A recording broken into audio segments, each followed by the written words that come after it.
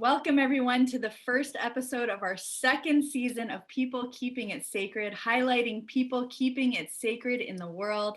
I'm Rabbi Heather Miller, founder of Keeping It Sacred, and I'm thrilled to introduce you to today's guest, Arun Gandhi. Born in Durban, South Africa in 1934, Arun is the grandson of India's legendary leader, Mahatma Gandhi. After working as a journalist for the Times of India for 30 years, Arun migrated to the US, where he started the MK Gandhi Institute for Nonviolence in Rochester, New York. The Institute has several programs for inner city youths as well as prison inmates. Arun is also an author, having written 10 books, the latest of which is The Gift of Anger, published by Simon & Schuster. And I have the book right here. Here's the book. My children were reading it earlier today.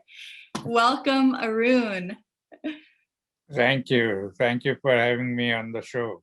I can't believe this year marks the 20th anniversary of when you and I met, and I'm so glad that we kept in touch over the years. I remember you visiting in Boston, and certainly on Facebook. It's really great to be there. But back then, 20 years ago, I was that dual major in Peace and Justice Studies and Africana Studies at Wellesley College, and you were so generous to host our group for 2 full weeks in India so that we could study the Gandhian legacy. So I want to, first of all, I just have to thank you again. I will never stop thanking you for that life-changing and inspirational trip. Thank you. I'm glad you all enjoyed it. Yeah. I was very lucky that I ran the tour for 20 years, every year after that, except this year I had to cancel because of COVID. Amazing, amazing. Just all of the people that you've influenced this whole time. You know, I noticed in your book you did mention Wellesley College in your book on anger, and you mentioned an incident about going to that hotel we spent some time traveling. Do you want to recount that memory that you have of our time together? One of the vignettes. Yeah. As I recall it, we went to Sangli and some of these little places where the facilities were not all that great. They were quite primitive compared to what we have here. And I know you girls had a lot of problems how to have a bath from a bucket of water. You didn't know how to do it. And it was a little dusty and grimy tour, that part of it. And then we came to the city of Ahmedabad, and we were lucky to get into a brand new 5-star hotel. I got accommodation there, and I can still see the joy and the enthusiasm of all of you girls when you saw all the surroundings, something that you are accustomed to, and the shower and the bath and the bed and so on. And so you were all very excited about it until you went to your rooms and looked out of the window and saw all the poverty just below the window, where all the people live in miserable conditions. And you all came back wanting to go change the hotel and go to a more modest hotel. And I said, no, this is a teaching lesson for you, that this is the reality of the world, where half of the world lives like those people and the other half live like we do here. And we've got to find a bridge and know what our responsibilities are to help the other people, enjoy a better life also. That's that lesson, right? With rights come responsibility. That's what I keep feeling, that we all talk about peace and we want to work for peace in the world, but we will never have peace until we eradicate poverty and destitution. That is the key to the whole thing. We've got to all of us get involved in trying to change the lives of people who are in distress. And, it's not just the responsibility of the government, but the responsibility of every individual to do whatever they can to make that difference. I've come to the conclusion now that this entire situation with poverty is part of the materialistic lifestyle. When materialism thrives, when we have people we can exploit, because materialism is about exploitation. You exploit resources, you exploit time, you exploit people, you exploit everything to make a profit. And you need cheap labor.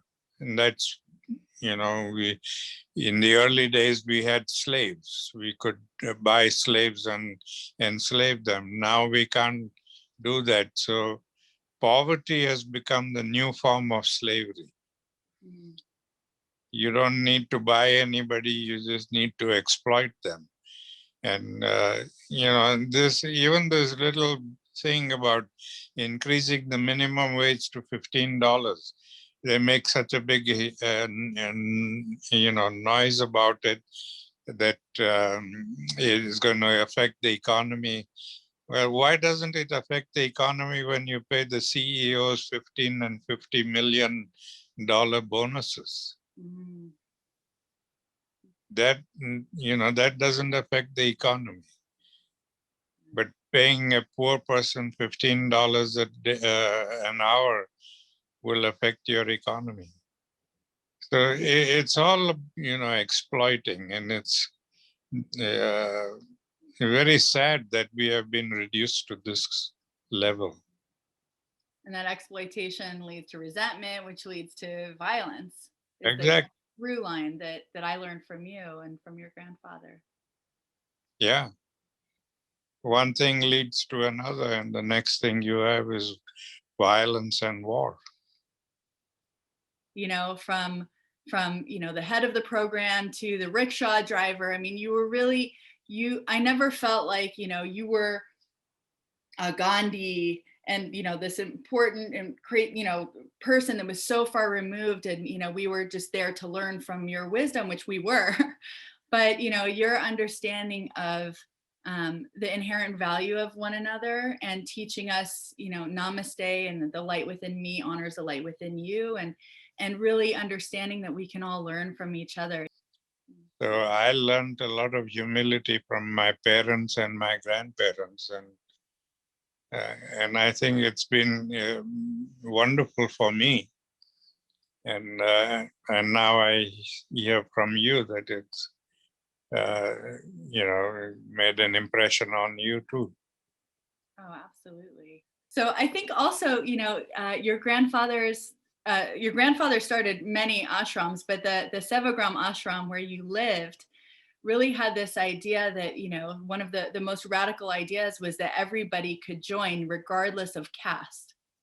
And that was such a radical idea. And radical, I mean, because it gets to the root of the issue, right? That there's this stratification of society. It just, equalizes everything.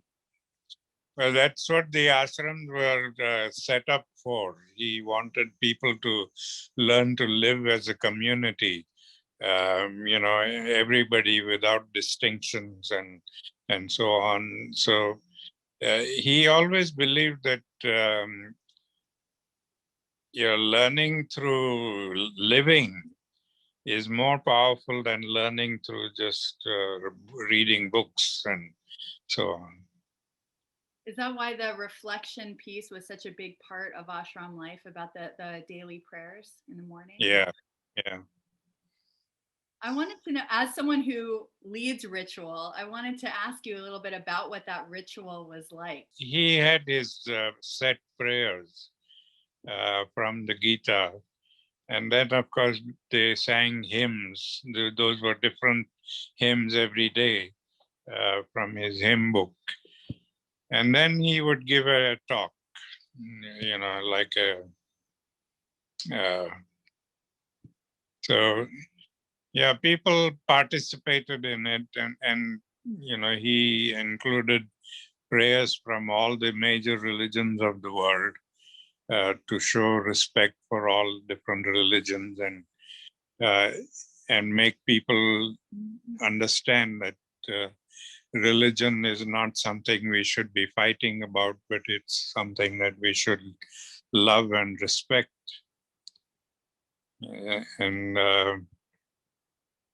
so, these were ways in which he was teaching people through practical lessons, how to respect religion, how to respect differences, and respect people. Mm. Respect was very important for him. How did he get inspired to that kind of a philosophy? I think it just evolved over the period. I recall from his autobiography that while he was studying in England as a teenager, he went there to study law. He got very interested in religion, especially because he knew his mother was very, very strict Hindu, and she had laid down strict rules for him to observe while he was in England. And that, I think, sparked that interest in religion. Why is religion so important? And why does it lay down all these rules and all? And so he studied, he went to a study group. There were some Englishmen who were also interested in learning about different religions. So he joined that group and learned from them. And it was through them that he first got interested in learning about all the religions. And then he started reading the scriptures of all the different religions. And after a study of all the religions, he came to the conclusion that when you look at it, really none of the religions have the entire truth. We are all searching for the real truth in different ways, but we are all searching for it. Nobody has it. And so he realized that, if nobody has the entire truth, how can I say that my religion is better than your religion or yours is better than mine? We are all on the same path looking for the absolute truth. And we can do it better if we helped each other instead of fighting each other. Oh, so can you tell me a little bit about the idea of a mantra and the idea about meditation? Because it's something that I have struggled with, I'll say, and I haven't been able to kind of quiet the mind in the ways that maybe I would like to. I think that my relationship to the Creator is a very active one, and it's a very there's a lot of questions that go on there. There's a lot of gratitude and a lot of praise. But I wondered about the practice of meditation and about having a mantra. Is that something that I know that that's something that was done in the ashram quite a bit, but I wondered, you mentioned in your book, the children's book, that you were kind of fidgety during those times. And I wondered if at any point that changed, and if you had a mantra then, and if it's how it's changed over your life. How does that work? Well, basically, meditation really had nothing to do with religion. It was just the way to look inside and to evaluate your own emotions, your actions, whether you were on the right path or not, whether you were doing the right thing or not. And so, it was turning your gaze inwards to evaluate yourself. And that required calmness. It required you to be out of the reality of the world and you know, you you can't really reflect on yourself if you are part of the reality of the world and busy with mundane activities. So that was the purpose of the thing. And, that requires a lot of practice. It's not like I can just sit down and, suddenly turn my gaze inwards. It requires practice because we have never done it. It's not part of our daily routine. And so that stillness of the mind, that's why the Buddhists call the mind as a crazy monkey that is jumping around all the time from tree to tree, can never be still at any time. So controlling that crazy monkey and trying to still the monkey so that you can go inside and look at yourself, that takes a lot of practice. And that's what the importance of daily meditation is. So your grandfather, in preaching these ideals, a lot of times that meant not going along with what the British had imposed on India at the time. And when he first lifted up that handful of salt in the Salt March and was going to completely go against everything that the rules that the British monarchy had vested on the Indian people, it was so countercultural, right? So like his ideas were countercultural and his policies and his movement was, and he was thrown in jail many, many times. So I wondered about his strength during those moments. And do you consider him a radical? And how would you characterize the state-sponsored crackdown of what he was doing during the time? Well, what he was doing was fighting for the truth, fighting for the good of humanity. Although we call it fighting, it wasn't fighting in the violent sense. He was opposing these things. But I think the important thing was the way he was doing it. He was not doing it to destroy the British, but he was doing it to open their eyes to the evils that they were doing and to make them change.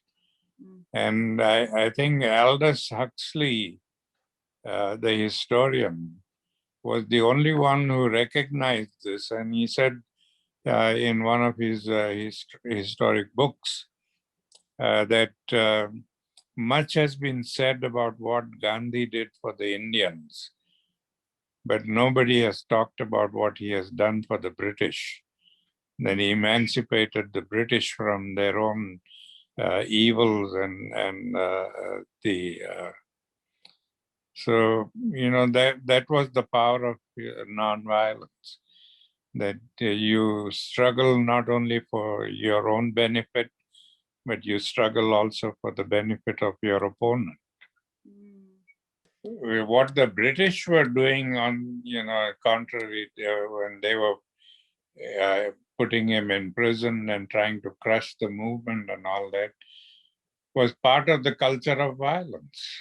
That is how the culture of violence thrives. You destroy what, the opponent. There's no transforming opponent. We do that all the time with human beings. Every time we catch a criminal, we put them away in prison and want to forget about them. We dehumanize them and punish them.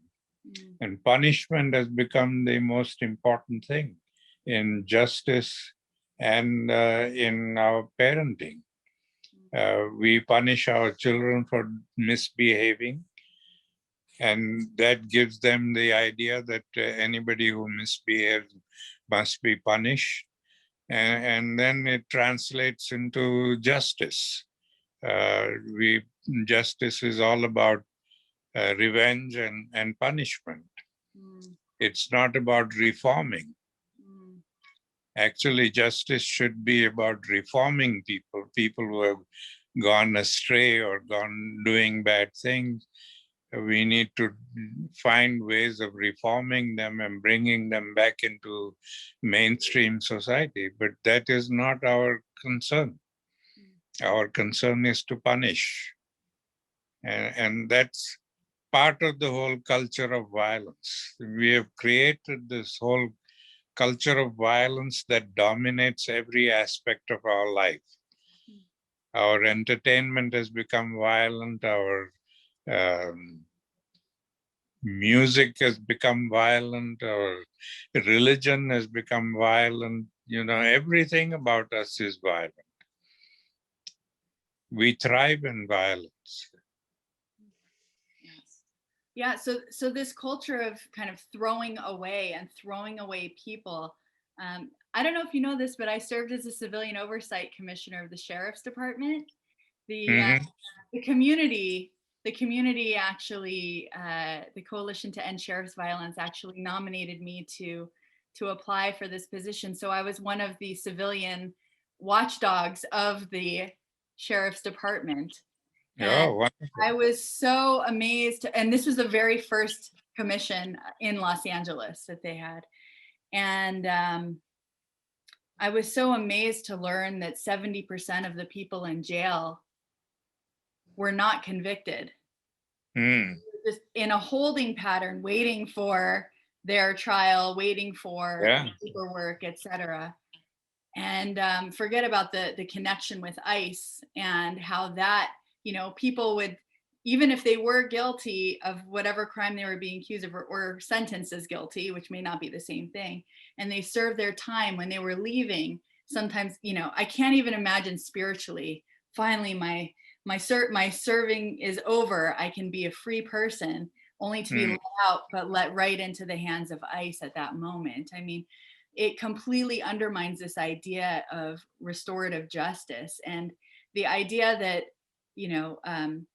most of the people who come out of jail are going to come right back in, that there's, that people have been kind of thrown away and there's no way for people to come out of jail having done their term, serve their sentence if they are guilty, which again is a small percentage, to then be restored. I mean, a lot of people, they have this idea, oh, you stole a car, go away to jail for life, forever. We don't want to see you again. But they forget, like, even if you steal a car, you're going to come back into society at some point. Yeah. How do we change and transform and make sure that people are welcomed back and given the tools to become self-realized, self-actualized individuals? Because if you are, there's no reason to steal cars. Exactly.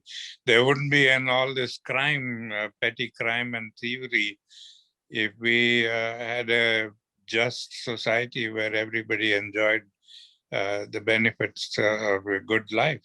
Mm-hmm. Where it's that greed that has caused all these things to happen. We're so greedy, we want everything for ourselves, we want more and more. And there's, it's like a bottomless pit. This goes on and on. You can't fill it up. And that's what leads to these disparities and the exploitation of people.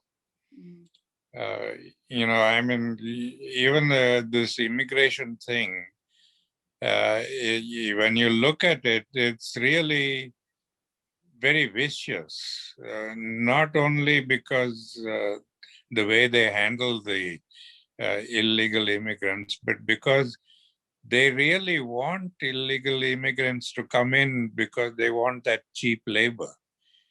But because they don't want to pay them the standard wages and benefits and all that, they keep this sword of Damocles hanging over their heads, that if they don't behave, they're going to be given to ICE, and ICE will throw them out of the country. And so those people quietly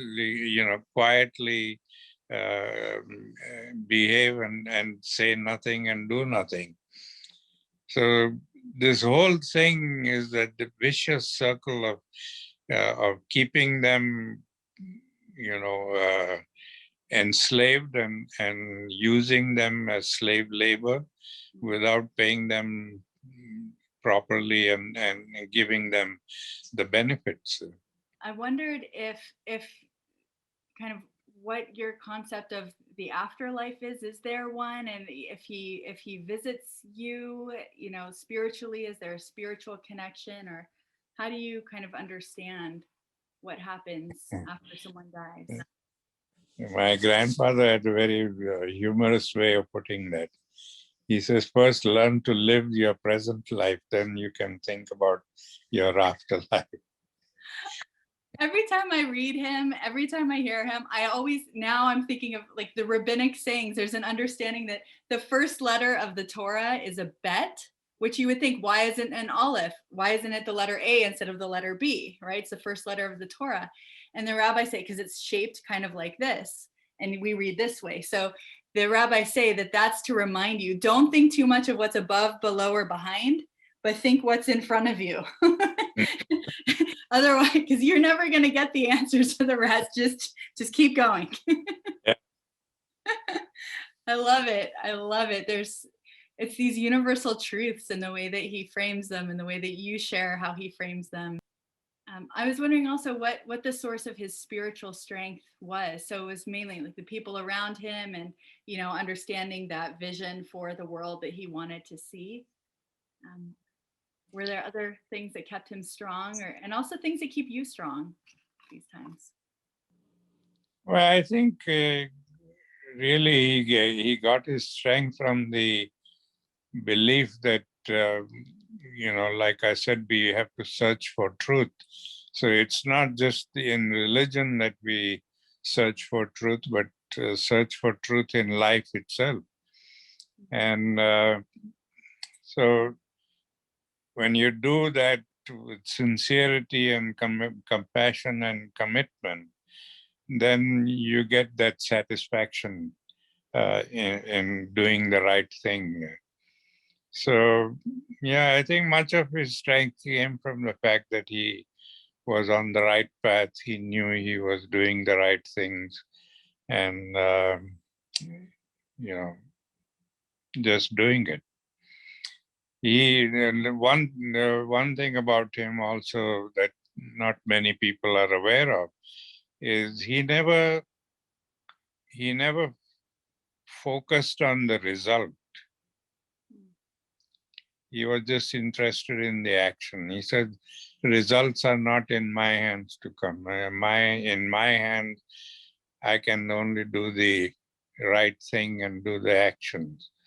And the results will come when they have to come. We in modern times, we get so focused on results that we want to know the result before we take the action. And if we can't figure out the result, then we don't take the action. Even if we know that that is the right thing to do, we don't do it because we don't know what the result is. And like a lot of people tell me, what can we do about poverty? It's universal everywhere, and I can't make a difference, so why bother about it? But you can make a difference in one person's life, and that person can benefit and bless you for doing. That's that planting of seeds of peace, right? Exactly. You say that you're a peace farmer, and that long term. It's about the long term impact that you make. Right. How have there been particular stories that have resonated with you where you've been surprised or just understood that, wow, I really did make an impact for that person or in that cause that you realized later? Well, in the beginning, it happened when I started doing this work, and like everybody else, I also felt the same way, that there's so much poverty and so much destitution. What can you do about it? And then it just I was thrust into it when I found these abandoned babies, and I felt it was my duty to find a home for them. And although in the beginning, I started wondering, I said, if there are so many babies that are abandoned and homeless, what good is it going to do?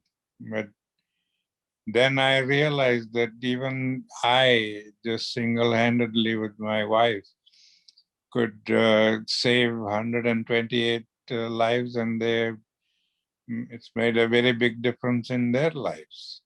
So then I began to think that, yeah, if I could do 128, somebody else could do the same, and we could all eventually,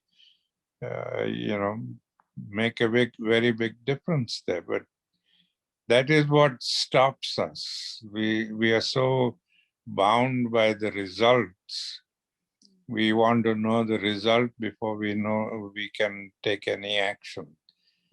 And so we don't do anything.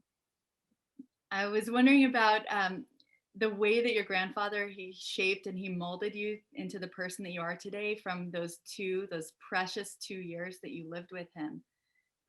I wondered about if there are things that you learned from him that translates to the way that you are a grandfather to your own grandchildren.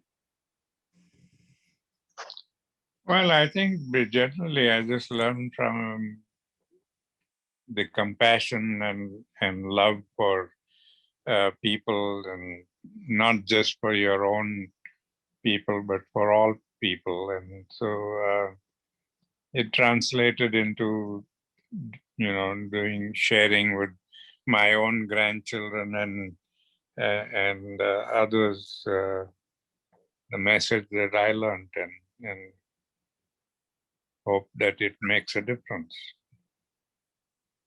Well, I thank you for the books that now my children are learning from, and the amazing lessons that I've learned from our trip together, and that will continue to influence their lives as well.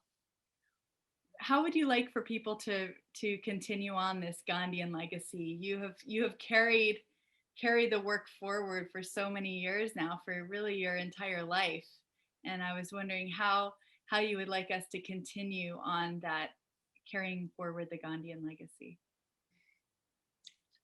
Well, I don't think I would like to call it Gandhian legacy, because being good and being compassionate and respectful is not just Gandhian. It is human being. As human beings, we should be doing these things. And I think what we can do is use his experiences in life as a model of what we can do. That if he could achieve it, we can achieve it too. And try to reach there. It's like the example you gave about the A+ grade. Not everybody can get an A+ grade, but everybody can aspire to be an A+ student. So that's what we need to do. We need to be loving, compassionate, respectful, understanding, all the things that are inherent in human beings, but we suppress them because of this materialistic lifestyle, because we have to project ourselves as being powerful and strong, and when we are humble, or humility, and that is considered to be signs of weakness. They are not signs of weakness. They are signs of inner power. What we are projecting is outer power, the strength of being able to kill people. But the inner power is the strength to be able to transform people. So thank you so much, Arun, for sharing so much of your heart. And thank you so much to the audience for tuning in. If you have someone you'd like to recommend we host on the show, please contact us at keepingitsacred.com. There you can sign up for our newsletter to stay up to date with all that we're programming, opportunities to study together, and more. Thank you, everyone, for keeping it sacred.